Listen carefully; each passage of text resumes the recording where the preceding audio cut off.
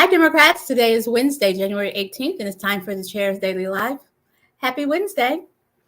So it is Wednesday, January 18th, and it is time for me to remind everyone that in Oklahoma, you have to sign up for your absentee ballot, your annual absentee ballot every year.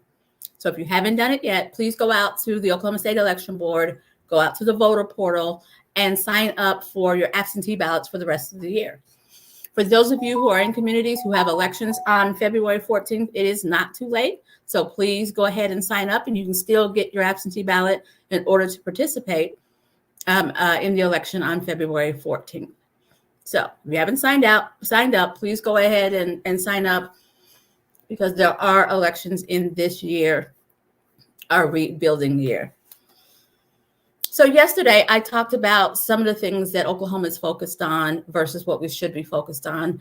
And I lamented the fact that we had our next 11 executions scheduled for the rest of the year, that we had enough focus and foresight to plan our executions.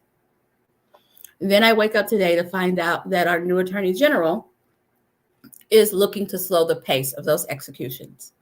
Because the reality is, I'm upset about the loss of life. I'm upset about a lot of it. But the reality is that folks have to do the work to carry out the executions. And it's more than just doing an injection. It's a lot of work, and a lot of people are involved. And if we're doing this every 4 weeks, and we're doing it twice in February, the shortest month, and we're doing it every 4 weeks, it is hard on our Department of Correction workers and physicians. And so, though he has not come out and said that he's anti-death penalty, he is saying that he wants to slow the pace in order to, I'm just going to say it's a hard process. It's just a hard process. And so I applaud the new Attorney General for that. If he's doing that this early in the game, you know, he might see through on his promise to go after corruption and the scandal that is plaguing our state. Wouldn't that be great? Now, the thing that the state is focused on today that I want to talk about, I think we should be focused on expanding voting rights, or at least living up to the promises that we've made. Back in 2015 or 16, I don't remember exactly when, the voters voted to be able to register to vote online. And here we are in 2023, we still do not have that ability. I've asked, I've inquired, I've written letters, I've written emails, I've gone down to the state election board, and the answer I keep being told, for one reason or another, in one capacity or another, is that we can't afford it. Our governor can't have it both ways. He can't talk to me about, we can't hear about how we can't afford to enact the will of the people while he's over here bragging about a savings account.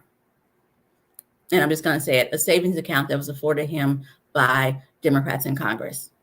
That's a topic for another day. But if the people vote on something, it is the responsibility of our government to make it happen. That is the will of the people. And we voted for online voters registration 8 years ago. We still don't have it. And every year they've raised the price to file for office. And that money is supposed to go and fund the state election board and the ethics commission.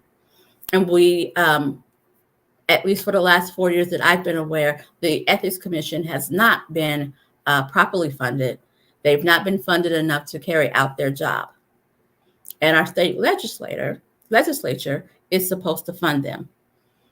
So while we're over here talking about voting rights and expanding voting rights, which we should be focused on, it feels like they're focused on not spending money on the things that we need as a state, just so that the governor can brag about this savings account that he has. You guys have heard me say it before, and I'm going to say it again. Everyone who talks to you about how to get out of debt, talks to you about financial responsibility, says, pay your bills first. Pay your bills first. And our governor is not doing that. He wants to brag about the savings account whilst our education system is underfunded. Our voting system is underfunded. Can't have it both ways, guy. That's all I have today. If you haven't signed out for your absentee ballot, it's not too late. It's easy. You can do that from the comfort of your home. Go out to the Oklahoma State Election Board voter portal. You don't have to have anything. You need your name and your birthday. You know those things. Sign up and get your ballot sent to you for all the elections in this rebuilding year, because most people don't keep up with the elections in the odd year. And this is a great way to keep up with the elections in the odd year. Thanks for joining me, and I'll be back here tomorrow at 4:15. You guys have a great one.